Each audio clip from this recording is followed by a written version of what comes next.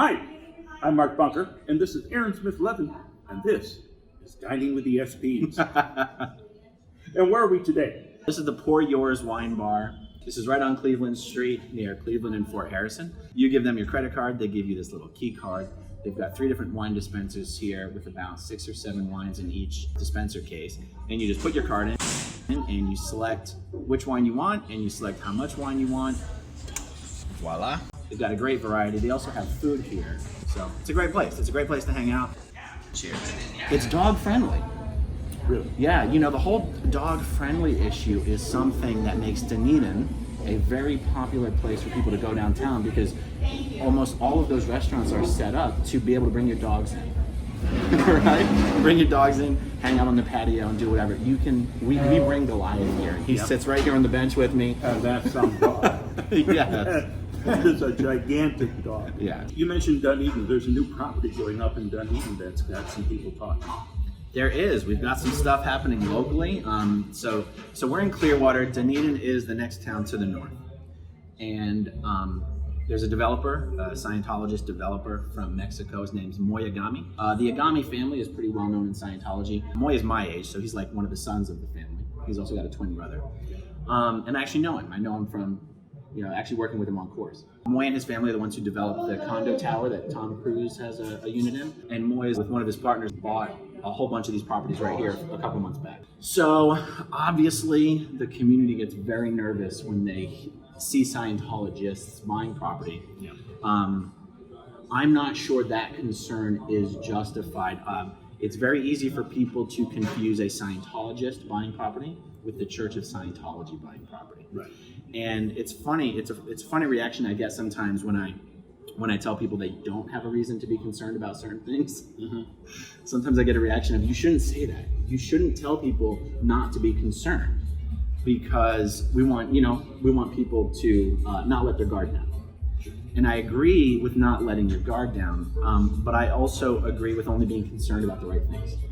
And the truth is, if the church wanted to buy a property, the church would buy a property. They do not need Moy Agami to buy a property for them, right? And Moy is motivated by profit. It's a private enterprise, and Scientology is not looking to open up business in Dunedin. But, when they want to open up an org, church doesn't use its own money. Well, when they want to open an org, to buy the property, it's the parishioners who have to raise the money to do that. So that is true, but let's look at it this way. We have a couple beautiful dogs here. So when they do that, they do raise the money from the parishioners. But when it comes to buy the building, the church buys the building. They don't do it under the public's name. Oh. Yeah. Okay. And so one of the things one of the levels of detail that I wanted to get into to explain why people really shouldn't be that concerned about what's happening in Dunedin. And by the way, there's 2 reasons people are concerned. 1, they do not want a giant condo tower in front of their existing single-family homes. Yes. That's understandable. You're not going to hear me telling people not to get worked up about that. What they shouldn't be concerned about is that it happens to be a Scientologist running the project. I said, look, Scientologists are not looking for an excuse to move to Dunedin. A Scientologist would rather live right here in Clearwater because Flag is right here in Clearwater. There is a huge condo tower 1 or 2 blocks down called Station Square. I challenge anyone to look up the occupancy rate or the foreclosure rate of that condo tower. As proof, Scientologists are not looking for an excuse to move to Dunedin. There are plenty of open, available condos for sale right here in downtown Clearwater, which is where Scientologists really would rather be living. And if they can't fill up this relatively new condo tower, a block and a half from Flag, they're not looking for an excuse to move 3 miles down the street in Dunedin. I guarantee you. You know where the church owns those 3 little motels up in North Fort Harrison? Mm-hmm. This plot of land is like a stone's throw from those motels. It's right on the intersection of Sunset Point and North Fort Harrison on the water. So it's very easy to assume that if the church owns those motels right there, that they could be behind this as well. And it's just not true. And maybe people just don't care. They don't want the project to happen anyway, and that's totally fine. I just wanted to address the concept of Moy's involvement versus the church's involvement. One thing I saw that the city stopped, there was an old firehouse that hasn't been used, and there was some talk about turning it into a brewery. Mm-hmm. And Scientology made an offer on that. Yeah. And the city turned it down. Yeah, I saw that as well. I thought that was really good news. I thought that was a really good look for the city. I thought it was another great example to show that the city has the capacity and the will to tell Scientology no. It's not the first time. Just recently with the relocation of the aquarium, they were going to bring that downtown, and Scientology bought that. And, That's right. And the city stood their ground. And that's right. And actually, that was something that I think that subject was covered in one of the episodes of Scientology in the Aftermath. Yeah. And the way that episode was edited, it ended up looking like it was the aquarium solely who had stood up to the church. And the truth is, it actually took the city standing with the aquarium. Because here's why. The church wanted the aquarium to sell them this property. Yeah. Right? But they were already under contract with the city. So the church took a two-pronged approach. They tried to threaten both the aquarium and the city. Right? So the city could have backed out, and the aquarium could have backed out. And both of them absolutely refused to back out of their contract. So I believe that property sold for about $4 million that the city paid to buy from the aquarium. The church was offering $15 million. Yeah. Right? Now the aquarium's a nonprofit, right? So the aquarium said no to the church's $15 million and instead took the city's $4 million.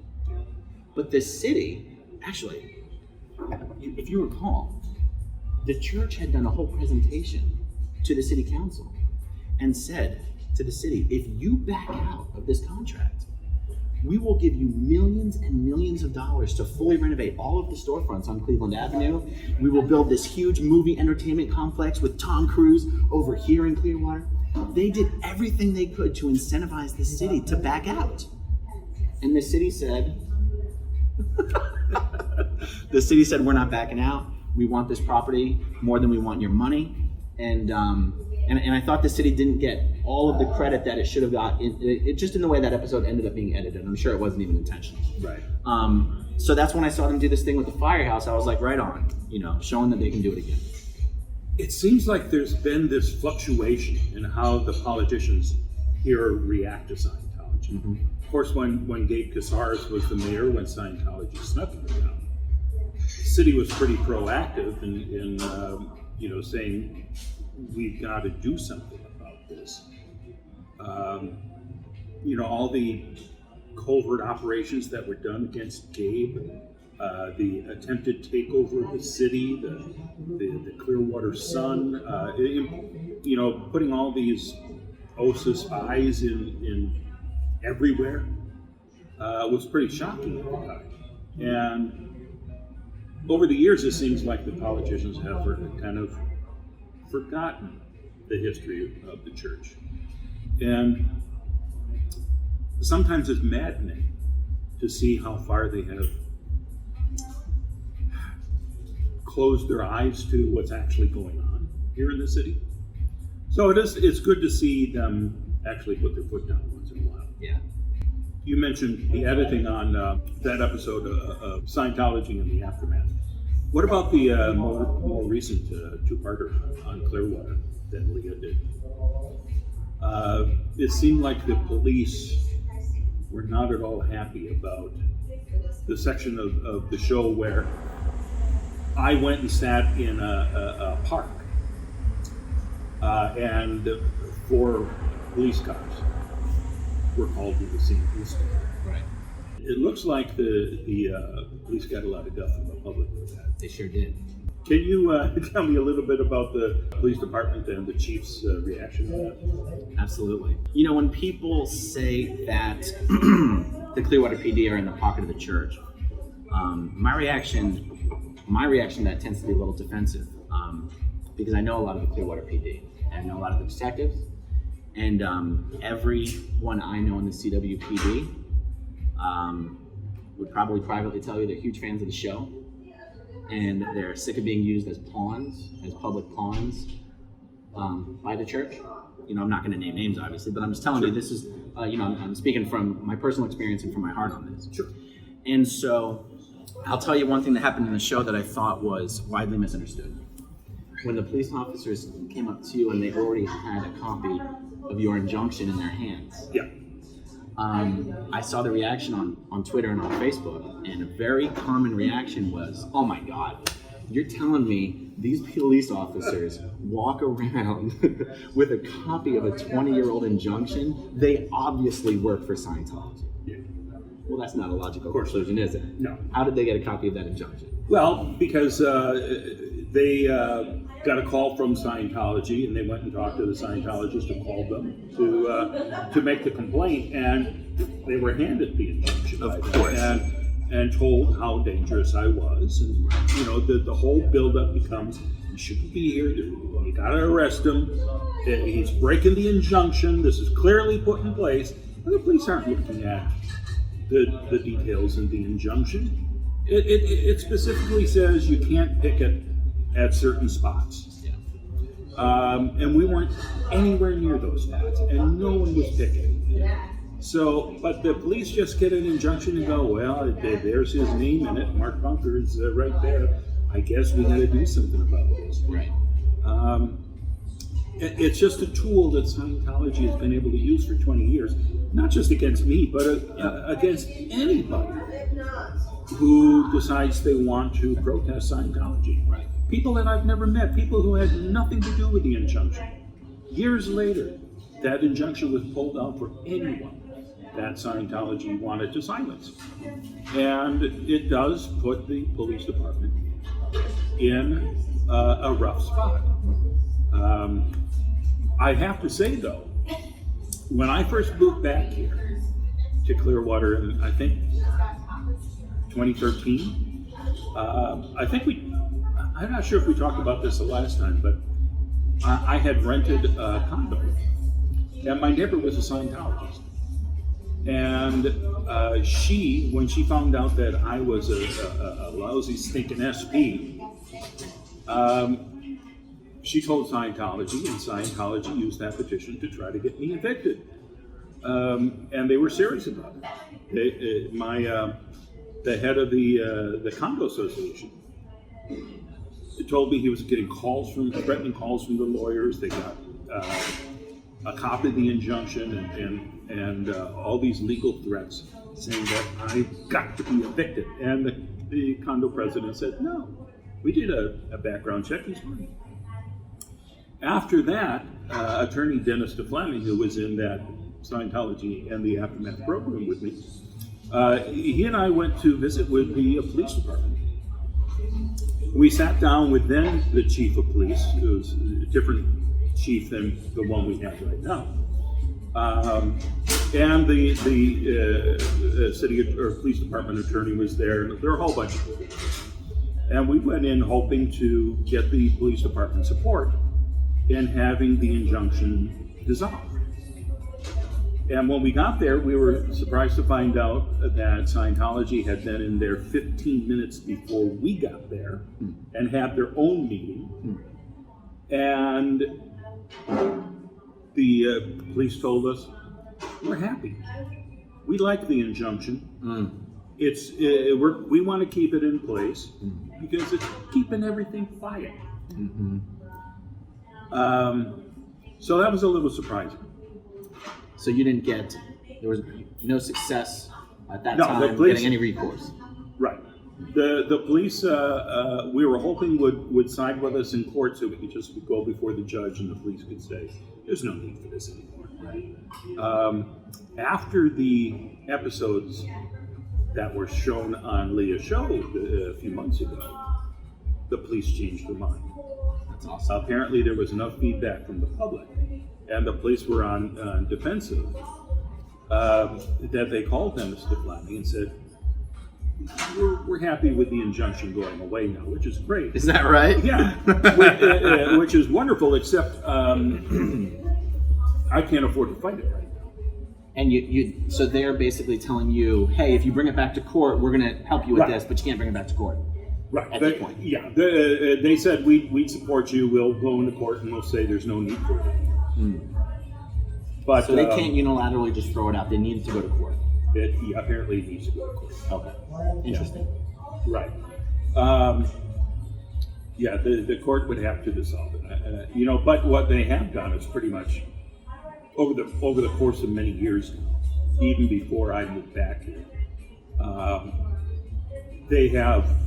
the police have realized that they're being used by Scientology. Yes. So they have allowed other people to protest. Yes.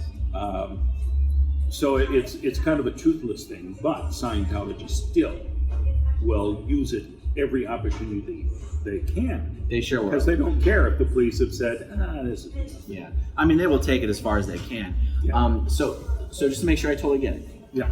The Clearwater police originated a phone call to your lawyer after the show saying, Yes. hey, if you guys bring this back to court, we will side with you in asking this injunction to be thrown out. That was my understanding, yes. Right. Yeah. So here's the unfortunate thing here, though. Until that is officially thrown out, let's say you and I would decide to do our next little meet and greet on the bench in that park down the street, and they call the police. The police aren't allowed to say, we're going to ignore this injunction because we don't agree with them anymore. Like, they need that thing to be thrown out if they, or Scientology can force them to enforce it, can't they? Right. Well, we can't sit on the bench because the bench is on their part of the sidewalk. They own that park bench. We can stand on the sidewalk. So the injunction in front of the applies park. to you. Does the injunction apply to me? It applies, not the injunction itself, but I'm sure Just private property. if you were, it's the way it's written, anyone acting in concert with me. So you would, this guy's acting in concert with me, I think you'd have to agree. Look, we're sitting here making a video, and he wants to sit on a park bench owned by Scientology. I'm going to test it. I'm going to test it out. I'm going to bring the dog down there. You know that park is vacant 100% of the time. Yes. Nobody goes in that park. No. There is 0.5% of the time one winter wonderland. There you go. But basically, it's a... Yeah. Okay, interesting. That's good news about the injunction, though. So, to revisit my the statement I made, if I get a little defensive when people give the police a hard time about that, right? Mm-hmm. And so I asked Mike Renner for his thoughts on this. I said, damn, it's a shame that people literally think the police are in Scientology's pocket. And after this conversation with Mike, I sort of saw it a different way. I said, people were outraged. The outrage was correct, even though it was for the wrong reason. And here's what I mean by that. Here's what Mike pointed out to me. Yeah. He said, look, the public at large see that episode, and it's very easy to conclude that the police are behaving the way they are, meaning giving Scientology special treatment, because of some financial consideration. Right. And the fact is, the police are giving Scientology special treatment, but it's not because of a financial consideration. It's because of fear. Yeah. And he said, the net result is the same. The police treating Scientology with kid gloves because they're afraid of them has the same net effect as treating them with kid gloves because they're in their pocket. Yeah. And it's just as inappropriate for the police to be afraid of these guys as it is for them to be in their pocket. And if the result of all of this is that the police realize they need to be better informed and educated on who they're dealing with and how these people operate and what their motivations are, then we've accomplished something. The police used to be educated. That's right. I mean, one of the things that Ray Emmons told me, Ray was in charge of the Scientology investigation, the time from when Scientology snuck into town through the mid-90s, when the city shut the investigation down. During that period, in 1995, Captain Paul Mazer of the police department wrote an affidavit because Scientology was suing the city, wanting them to disclose the names of the undercover officers who were part of the investigation of Scientology. Wow. So Captain Mazer wrote an affidavit saying, no, we do not want to disclose these officers' names because Scientology has a policy of fair game. And laid out the, you can be tricked, sued, lied to, or destroyed by any means, by any Scientologist, without repercussions to the Scientologist. That and all sorts of other things were laid out by the police department in this affidavit Ray Emmons trained young recruits on what Scientology was, how they behaved.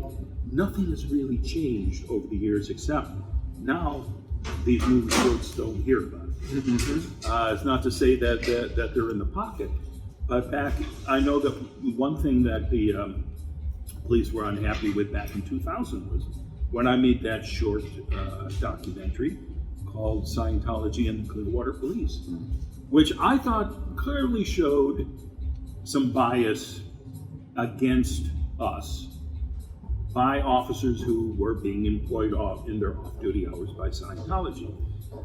Now, did I think that they were corrupt in doing that?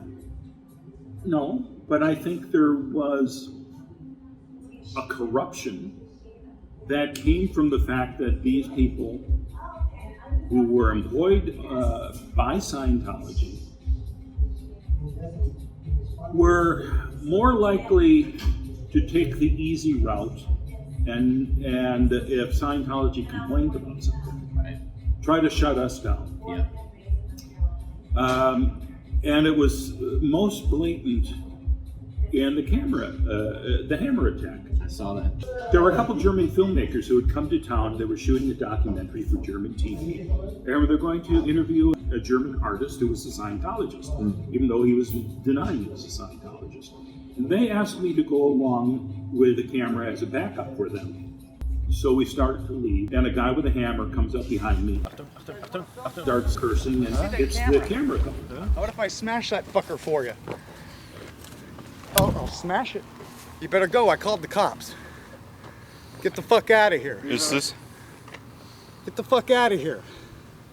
You're on the public? Yeah, well, guess what?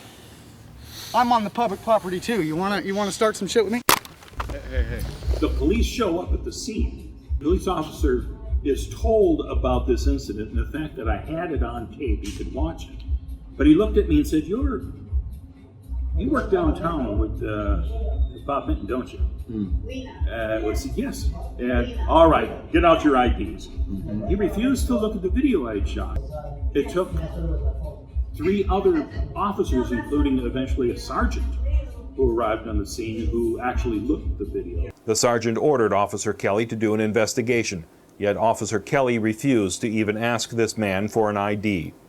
If he had, he would have discovered that on this day, Richard Bernard gave the police a phony name, a phony birth date, and a phony social security number. Well, the Church of Scientology said, I have no idea who this guy is. Oh, really? And then we looked through the Scientology publications and saw that he had taken a bunch of courses. Right. So we told that to the police, and then they went, oh, okay.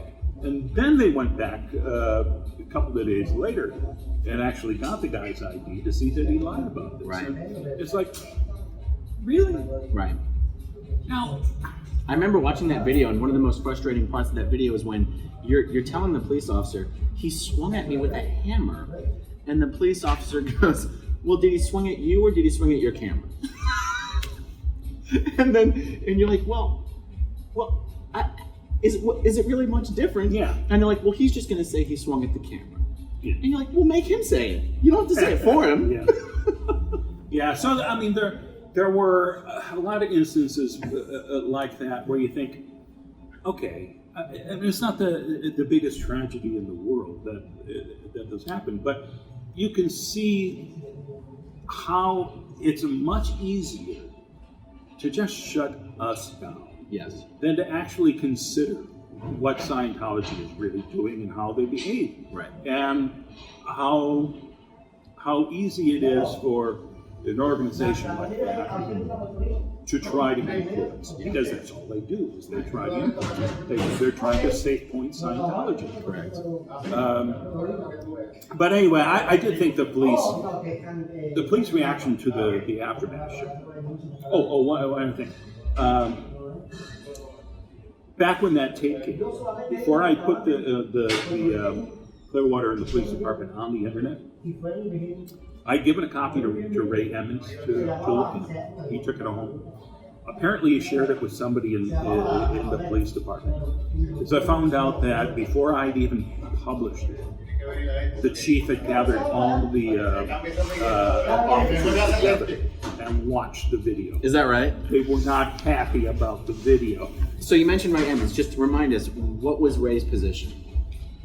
Well, Ray was a detective in the Clearwater Police Department.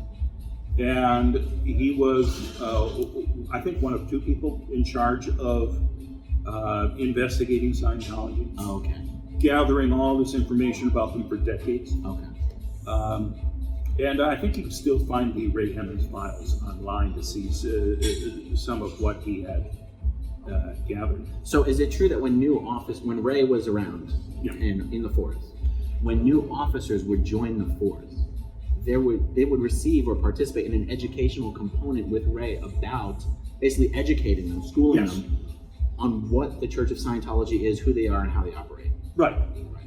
Right. Now, I've been told, and if Sergeant Slaughter has made a mistake, unintentionally, I believe it is the following.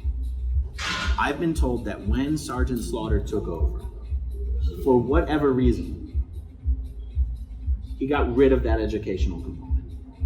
I can't say why. I don't believe in any way it was because he's in the pocket of the church. I consider Sergeant Slaughter to be a local ally. I don't have any animus against Sergeant Slaughter. Right. I do believe that when he took over as chief, some organizational change was made. There was no longer any educational component delivered to new officers about the Church of Scientology, its history, their policies, what fair game means, that Sea Org members are kind of trained to lie to the authorities, this kind of thing. And I'm mentioning this because, and I'm sorry, I think you have something you want to say, but No, go ahead. okay. On Scientology in the Aftermath, one of the episodes, this was so powerful, was an interview with this, it was a black female detective from San Francisco. I forget her name. And in the show, they said she had been part of a cult. They didn't actually say on the show that it was Jonestown. She was a member of the People's Temple.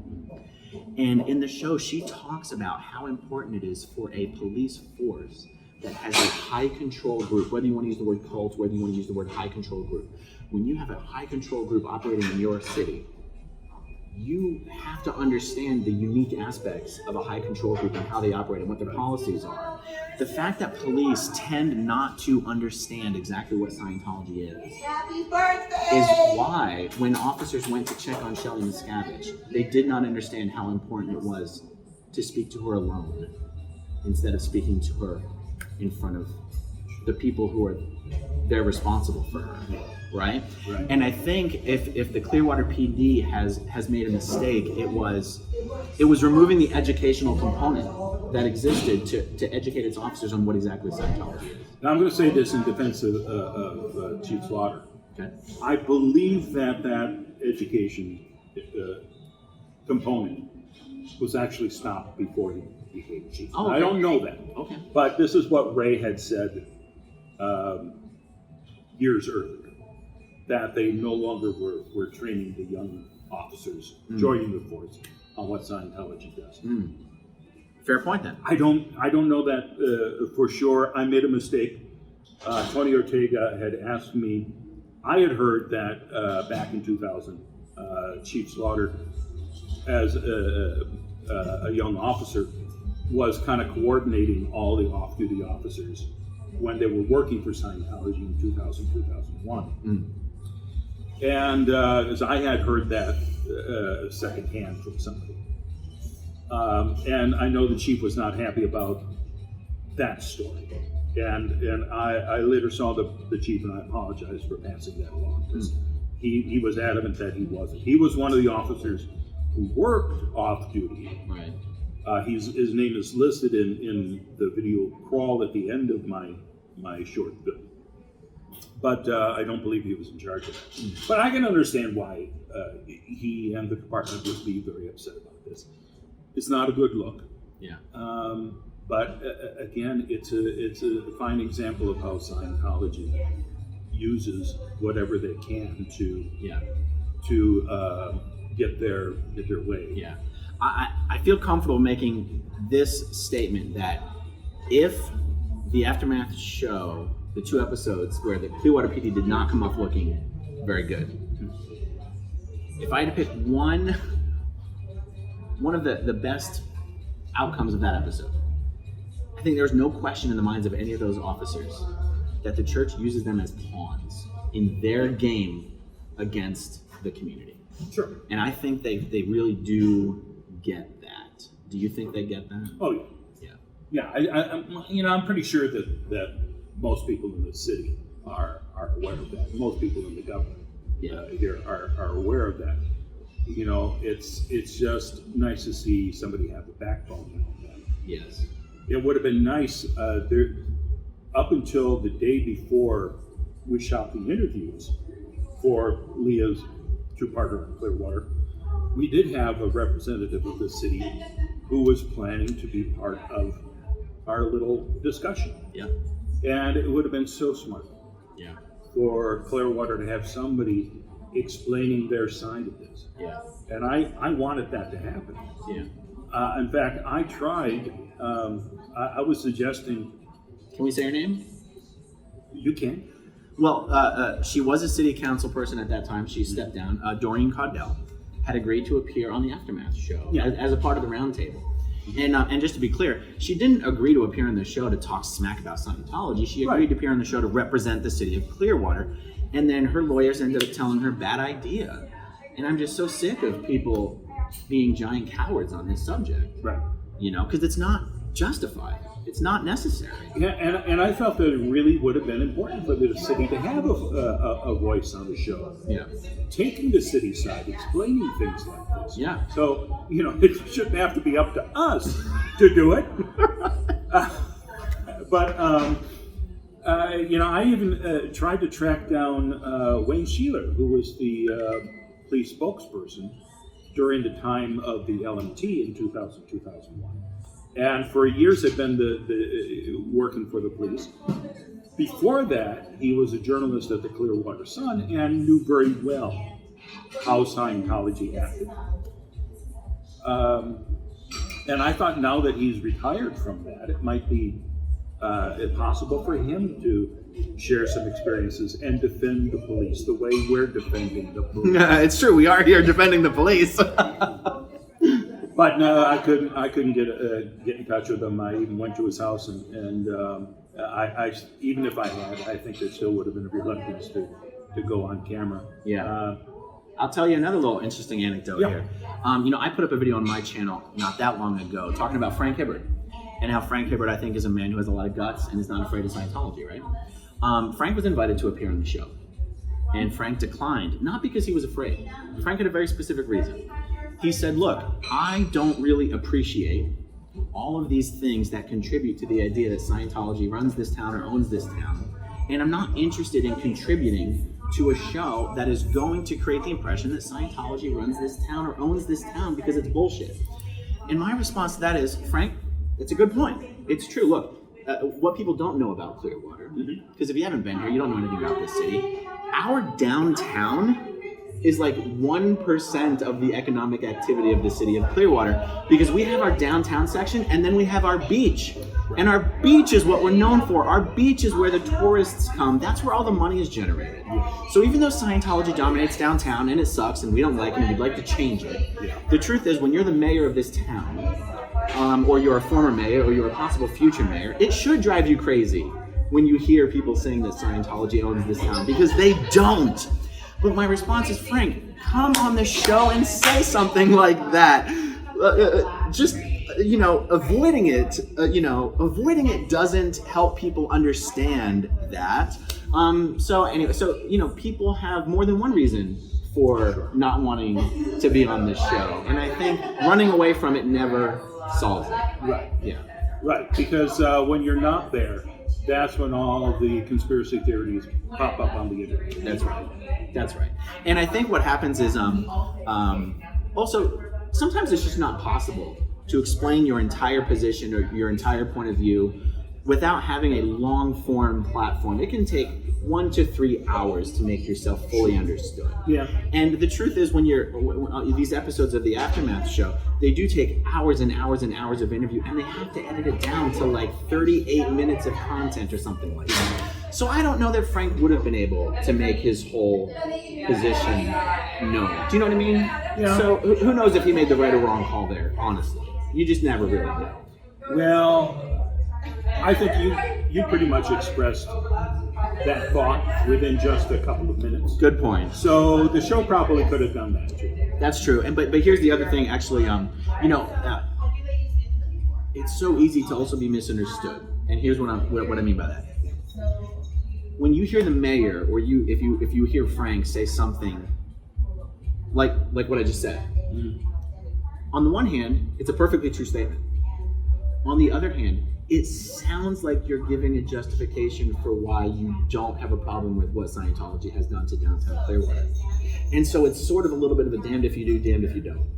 On the one hand, you're trying to tell everyone that, look, Scientology doesn't own this town, and you want to explain why. But on the other hand, it sounds like you're saying, and therefore we don't really have an incentive to try to put a stop to what they've done, which is turn the downtown into a ghost town. And so, anyway, I'm kind of making excuses that don't need to be made right now. But, it's a tricky situation, and people navigate it different ways. True.